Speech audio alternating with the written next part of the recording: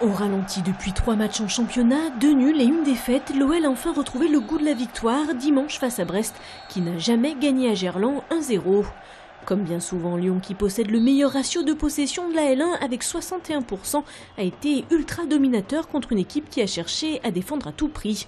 À la manière de Bordeaux, le seul club qui a battu l'OL cette saison. Mais après de nombreuses opportunités, il aura fallu attendre la 57e minute pour que Bafé Gomis délivre les siens et concrétise enfin le jeu porté vers l'attaque des Lyonnais. Une victoire sur le plus petit des scores, mais qui vaut cher pour l'OL. Tout d'abord, ce 5e succès en Ligue 1 permet aux hommes de Rémi Garde de conforter leur 3e place et de ne pas décrocher du haut de tableau. Surtout, Lyon entame de la meilleure des manières une série de 7 matchs en 22 jours jusqu'à la trêve hivernale en décembre. Un enchaînement de rencontres qui débutera par une semaine très chargée avec la réception de Bilbao jeudi en Ligue des Champions et un déplacement périlleux dimanche prochain à Marseille pour le choc des Olympiques.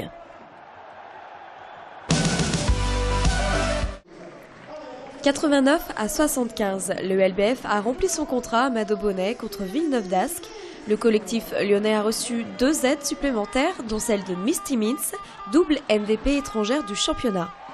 Elle va apporter des points, elle va apporter du rebond, elle va apporter de son expérience. Mais je voudrais parler d'abord d'un groupe, un vrai groupe de filles qui s'entendent bien, qui veulent gagner ensemble. Ce soir, on a vu que c'était difficile de passer devant nous. La différence, c'est la volonté et la force individuelle de chaque joueuse qui est au service du collectif. De retour de la WNBA, le réputé championnat américain, quelques jours seulement avant la rencontre. L'intérieur a réussi ses débuts lyonnais avec 25 points et 9 rebonds. Faire les valises, déménager, faire toutes ces choses, l'enchaînement est très rapide. Malheureusement, la saison commence tôt ici. Il n'y a pas beaucoup de temps, mais mentalement, ça va. J'ai une nouvelle opportunité dans un autre championnat, en France, et j'adore la France. Ça rend les choses beaucoup plus faciles. Avec la réception des championnes en titre de Bourges le week-end prochain, l'américaine est tout de suite dans le bain. Match test pour le LBF contre Céline Dumerc et ses coéquipières, samedi prochain à 20h.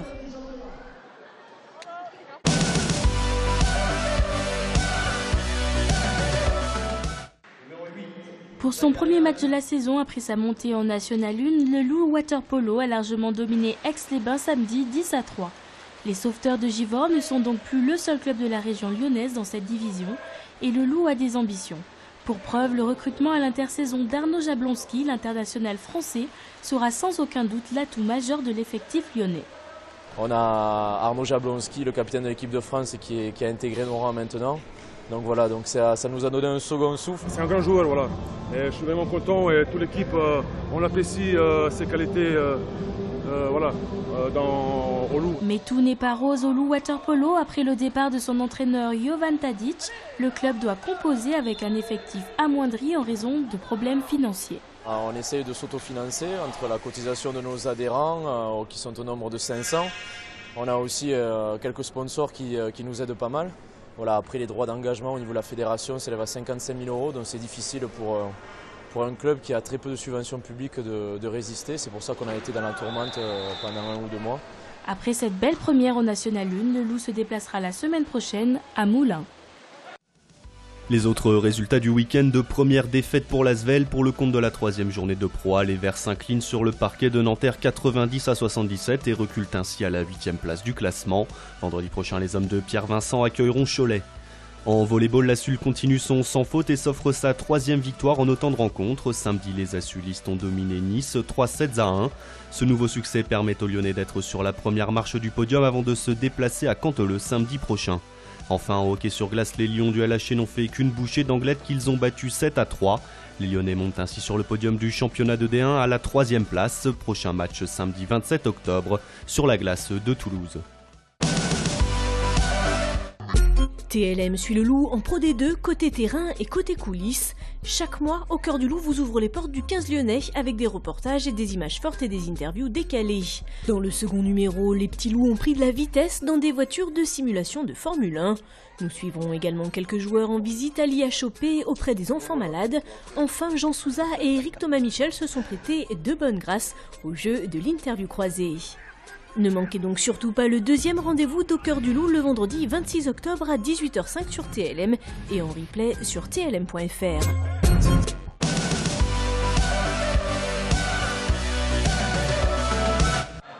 Ce dimanche, les dames ont croisé le fer dans le 3e arrondissement lors de l'étape lyonnaise du circuit national du Fleuret.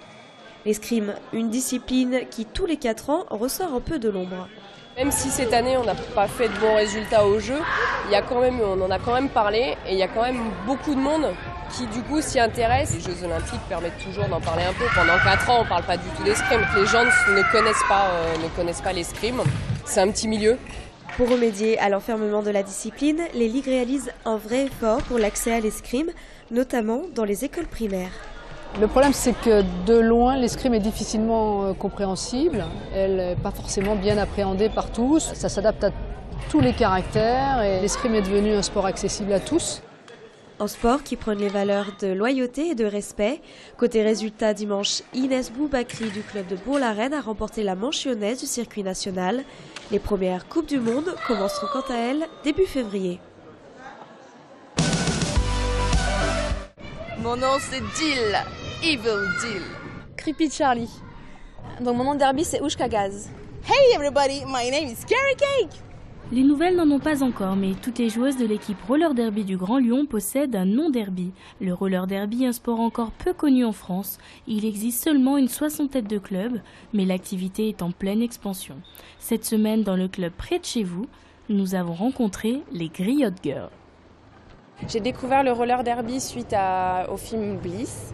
Donc j'ai commencé à me renseigner pour savoir comment ça se passait sur Lyon. Et puis ça me plaît assez parce que du coup c'est un peu un sport de combat et en même temps c'est une équipe de filles sur des rollers. Au roller derby, les mots anglais sont fréquemment utilisés. Alors pour ne pas s'y perdre, il faut maîtriser le vocabulaire. Les quads, en fait, c'est nos rollers. En fait, c'est pas des rollers en ligne qu'on utilise, mais c'est les rollers à 4 roues. La jammeuse, c'est la fille qui a l'étoile sur le casque, c'est la sprinteuse, c'est elle qui marque les points. Quand tu es en match et que tu es bloqueuse et que tu as ta jammeuse qui arrive, que tu veux l'aider à passer, tu l'accroches et tu la whip, donc tu la tires et tu lui redonnes de l'élan en fait pour qu'elle dépasse les autres. Les Griot Girls sont au complet pour ce début de saison, mais si vous êtes intéressé, venez tout de même tenter votre chance dès le mois de janvier en contactant le seul club lyonnais de roller derby sur son site internet rollerderbylyon.fr ou sur sa page Facebook Roller Derby Lyon. Si vous aussi vous souhaitez faire parler de votre club ou association, n'hésitez pas à nous envoyer tous les renseignements à cette adresse mail. C'est la fin de cette émission, vous avez maintenant la parole pour le temps additionnel. J'aime bien le roller. Merci à la ville de Lyon, à la Ligue, tous les bénévoles qui ont travaillé depuis hier matin 7h pour mettre en place la compétition des jeunes et le circuit national féminin au Fleuret. Bonjour mamie, je voulais juste dire que j'aime bien le roller et je continuerai jusqu'à pouvoir faire du hockey. Le derby, c'est un sport féminin, c'est vrai, mais on a aussi besoin d'hommes et de toutes les volontés possibles pour l'arbitrage. Viendez, c'est bien. À toute notre famille et bravo Lyon et merci. Le water polo, c'est sur TLM.